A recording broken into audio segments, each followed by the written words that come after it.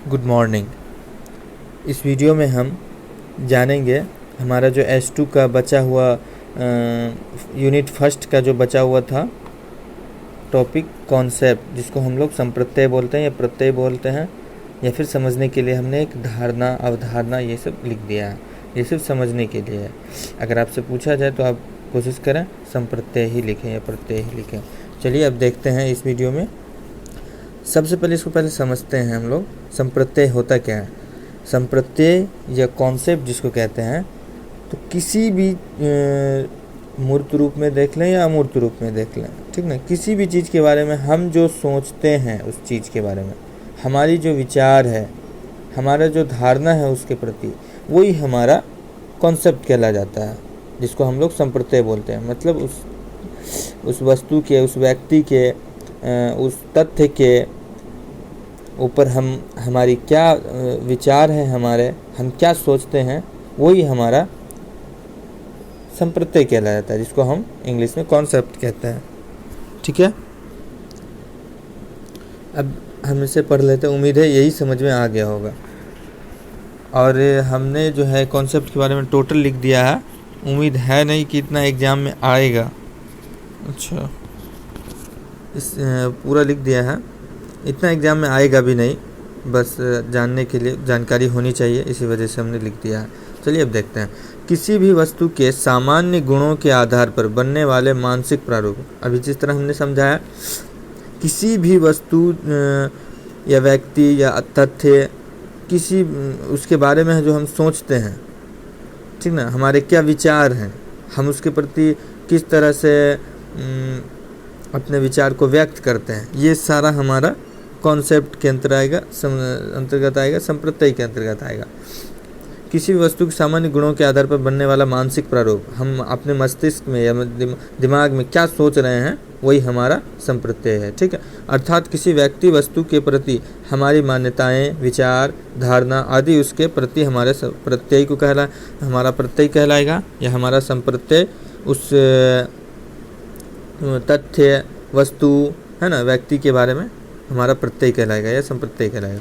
किसी भी व्यक्ति, वस्तु, तथ्यों, सिद्धांतों आदि को जानने के लिए, समझने के लिए जो मानसिकता का प्रयोग किया जाता है, जो विचार दिए जाते हैं, अपनी अवधारणाएं व्यक्त की जाती हैं, ये सभी संप्रत्यय अथवा प्रत्यय के अंतर्गत ही आते हैं। हमने दूसरे लफ्ज़ों में समझाने के लिए लिख दिया है कि किसी भी व्यक्ति, वस्तु, तथ्य, सिद्धांत आदि को जानने के लिए, जिस तरह हम मैथ्स को पढ़ते हैं या फिर जिस तरह से विज्ञान के विभिन्न सिद्धांतों को पढ़ते हैं, है ना, विभिन्न विषयों के तथ्यों को पढ़ते हैं, किसी वस्तु को देखते हैं, किसी व्यक्ति के बारे में आदि को जानने के लिए, समझने के लिए जो मानसिकता का हम अपने दिमाग का प्रयोग करते हैं, हम अपने संज्ञान का प्रयोग करते हैं, विचार और उसको खास करके जो प्रयोग करते हैं, वही हमारा संप्रत्यय हो गया। ठीक ना, अब उसके ऊपर हम अपना विचार देते हैं, है ना, अपनी अवधारणाएं व्यक्त करते हैं। अगर कुछ गलत है तो हम समाज में बताते हैं ये गलत है, ये सही है तो ये सही है, ठीक ना, धारणाएं दी जाती है। ये सभी संप्रत्यय अथवा प्रत्यय के अंतर्गत ही आएंगे। अब आगे जान लेते हैं संप्रत्यय विकास से संबंधित मानसिक प्रक्रियाएं। संप्रत्यय विकास में खास करके हम जो अभी हमने क्या कहा, किसी भी व्यक्ति, वस्तु, स्थान के बारे में हम पहले क्या करें, समझेंगे, जानेंगे, अपनी अवधारणाएं देंगे। तो ये जो है बच्चों में खास करके, अच्छा ये चीज़ एक बात बताइए, ज़रा सोचने वाली बात है, ये क्यों दिया गया है? खास करके पेडागोजी जो है इसी को कहते हैं। ये संप्रत्यय विकास हमारे सिलेबस में या आपके सिलेबस में क्यों दिया गया है, ज़रा बताइए। सोचने वाली बात देखिए, सबसे बड़ी बात है, हम जब तक बच्चे को समझेंगे नहीं, और यदि उसमें गलत संप्रत्यय का विकास हो जाएगा, वो जान लेगा कि न्यूटन का थर्ड लॉ पढ़ा है, उसको गलत पढ़ा दिया गया, तो वो क्या करेगा, उसी चीज़ को याद कर लेगा ना, जब तक उसको दूसरा कोई नहीं बताएगा कि ये गलत है। तो कॉन्सेप्ट जो होता है, इसको सही देने का कोशिश किया जाए, और बच्चों में सही कॉन्सेप्ट के विकास के लिए शिक्षक को किस तरह से प्रेरित रहना है, किस तरह से बच्चों में विषय को लेकर के या किसी भी तथ्य को लेकर के सही उसमें संप्रत्यय का विकास कराएगा। इसी वजह से शिक्षक को इस विकास की जानकारी होनी चाहिए कि किस अवस्था में बालक क्या कर सकता है, क्या सोच सकता है, कहाँ तक उसकी क्षमता है। ये सब जानने के बाद शिक्षक उसके संप्रत्यय के विकास में सहायता प्रदान करेगा।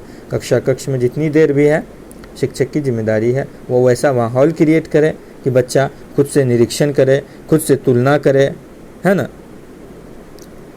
तो शिक्षक की ये जिम्मेदारी है। ठीक है, अब आगे जानते हैं निरीक्षण कि बच्चे अवलोकन के माध्यम से वस्तु के प्रति विभिन्न संप्रत्यय अथवा मानसिक प्रतिमाओं का निर्माण करते हैं, है ना। किसी भी चीज़ को अगर वो देखता है तो उसके प्रति सोचने लगता है ना।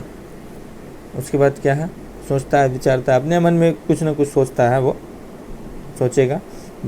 वस्तु, जानवर अथवा किसी चीज़ को देखकर उसके प्रति अपने व्यक्तिगत धारणा बनाता है। जैसे अब कुछ देख लिया, वो मान लीजिए कोई कुत्ता देखा, तो कोई कुत्ता देख लिया मान लेते हैं, है ना। कोई कुत्ता देख लिया तो उसके बारे में क्या, यदि बच्चे काली बिल्ली को देखते हैं या फिर कुत्ता देखते हैं, किसी भी चीज़ को देखते हैं, उसको देख के क्या समझता है, वो अपना बनाता है कि जितना भी, और उसको वो पूछता है कि ये क्या है, उसको बता दिया जाता है कि ये कुत्ता है। तो अब क्या होगा, वो वैसा जानवर जहाँ भी देखेगा वो उसको कुत्ता ही बोलेगा। निरीक्षण किया, वो उसमें उतनी समझ नहीं है अभी,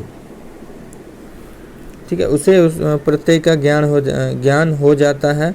अब वह काला कुत्ता भी देखेगा तो उसे बिल्ली ही समझेगा, है ना। काली बिल्ली को देखा था और अब वो जो काला कुत्ता को भी देखेगा तो उसको बिल्ली ही बोलेगा, है ना। वह कुत्ते को बड़ी बिल्ली के तौर पर समझेगा, ये बड़ा बिल्ली है, ये बड़ी बिल्ली है ना, वो समझेगा।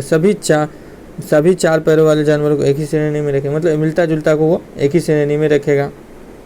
फिर क्या करेगा वो,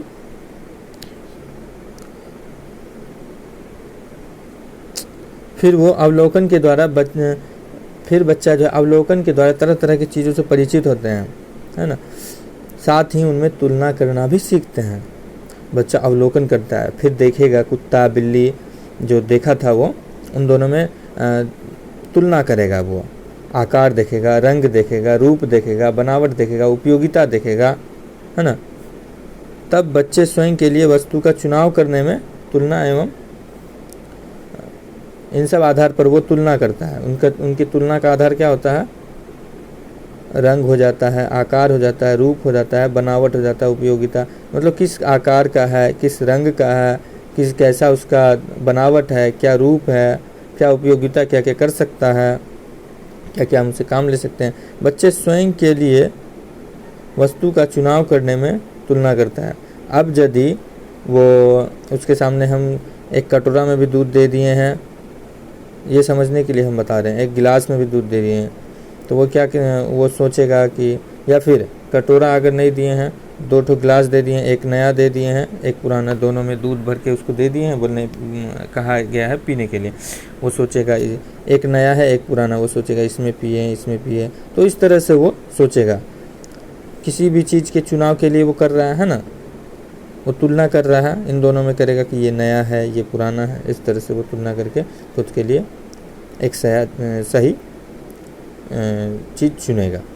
क्या लेना है क्या नहीं लेना है, क्या खाना है क्या नहीं। उसके सामने अगर 2-3 डिश दे दिया जाए, रोटी भात बहुत सारा अगर दे दिया जाए, तो वो चुनाव करेगा क्या खाएं क्या नहीं खाएं, है ना। इस तरह से यही हुआ हमारा तुलनात्मक संप्रत्यय।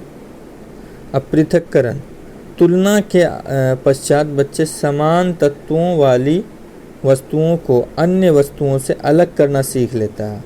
तुलना जब किया तो तुलना के बाद वो क्या करेगा, एक जैसा जो मिलता जुलता है उसको वो एक साथ कर लेगा, अन्य वस्तुओं से अलग करना सीख लेगा। अर्थात अब बच्चे कुत्ते और बिल्लियों को अलग अलग रूपों में समझ पाएंगे।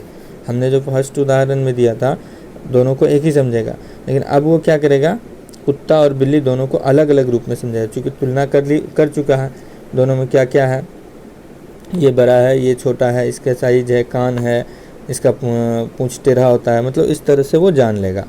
अर्थात अब बच्चे उसको बिल्लियों के रूप में समझें। उदाहरण के लिए यदि हम बच्चे को विभिन्न रंगों की कलम और किताबें दें तो बच्चे इतनी विविधताओं के बावजूद सभी कलम को एक जगह तथा सभी किताबों को एक जगह रखेंगे। मतलब कहने का है, हम 4 रंग का उसको कलम दिए, लाल दिए, रेड लाल दिए, ब्लू दिए, जिसको नीला बोलते ब्लू दिए, ब्लैक दिए, ग्रीन दिए, ठीक ना। इस तरह से उसको हम 4 कलम दिए और बहुत सारी कॉपी भी दिए, ठीक ना। अब बोले सबको रख दो। वो क्या करेगा, इतना विविधता वो देख रहा है कि लाल है, ब्लैक है, लाल है, ब्लू है, ब्लैक, रेड है, ब्लैक है, ब्लू है, लेकिन फिर भी वो क्या करेगा, इन सबको कलम ही समझेगा। ये कलम है तो कलम समझ जाएगा। अब वो पृथक कर चुका है कि उसके गुण को, उपयोगिता को वो देखा है कि इससे हम लिखने का ही काम करते हैं, भले उसका रंग अलग है।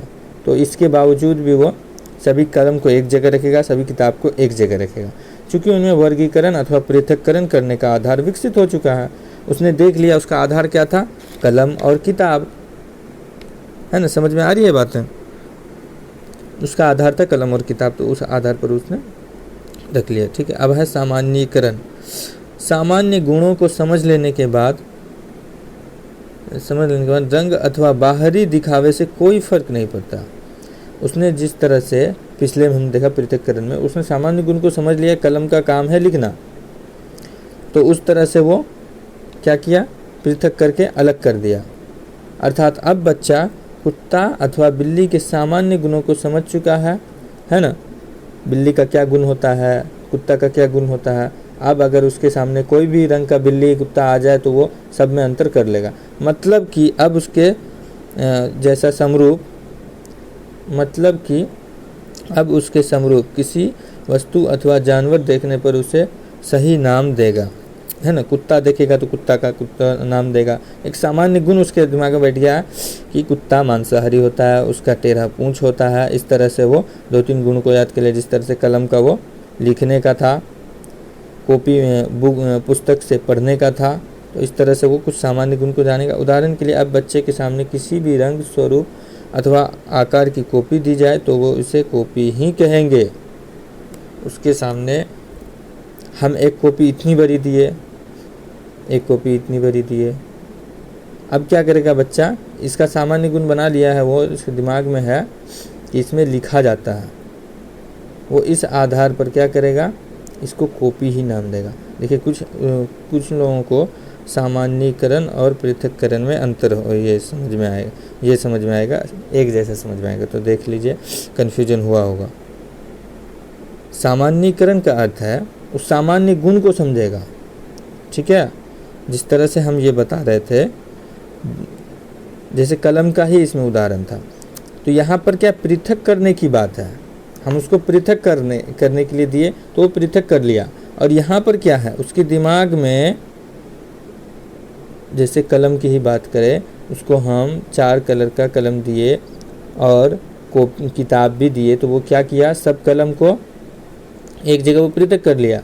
लेकिन वो किस आधार पर किया, उसके दिमाग में कुछ ना कुछ सामान्य गुण था ना, कलम से लिखा जाता है, किताब में पढ़ते हैं, तो ये ही हो गया सामान्यीकरण। लेकिन ये बात है कि बाद में सामान्यीकरण आता है, ठीक है। अब इसके बाद सामान्य गुणों को समझ लेते हैं, है ना।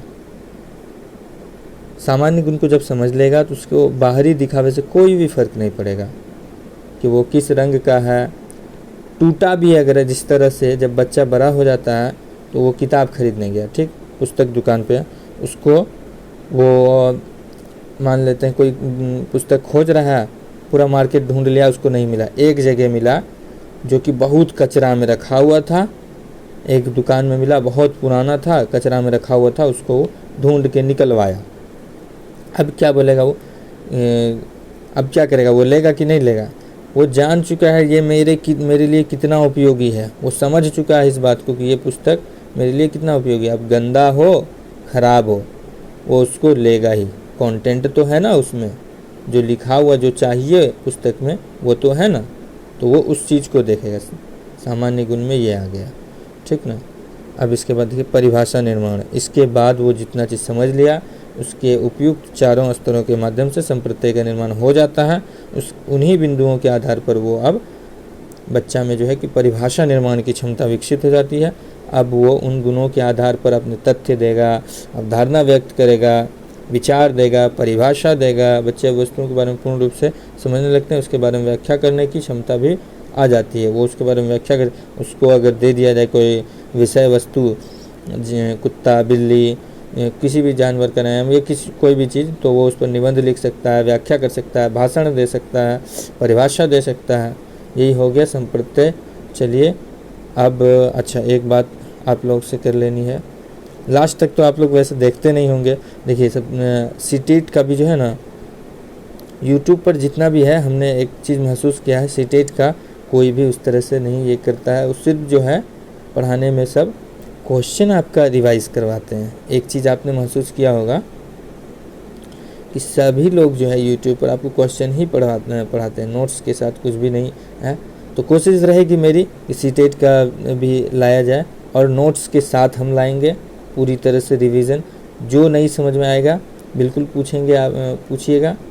कोशिश रहेगी मेरी पूरी तरह से नोट्स के साथ क्वेश्चन आंसर आप खुद कर लीजिएगा। इस तरह से हम कोशिश करेंगे बताने का। चलिए फिर मिलते हैं नेक्स्ट वीडियो में। बाय। देखने के लिए शुक्रिया।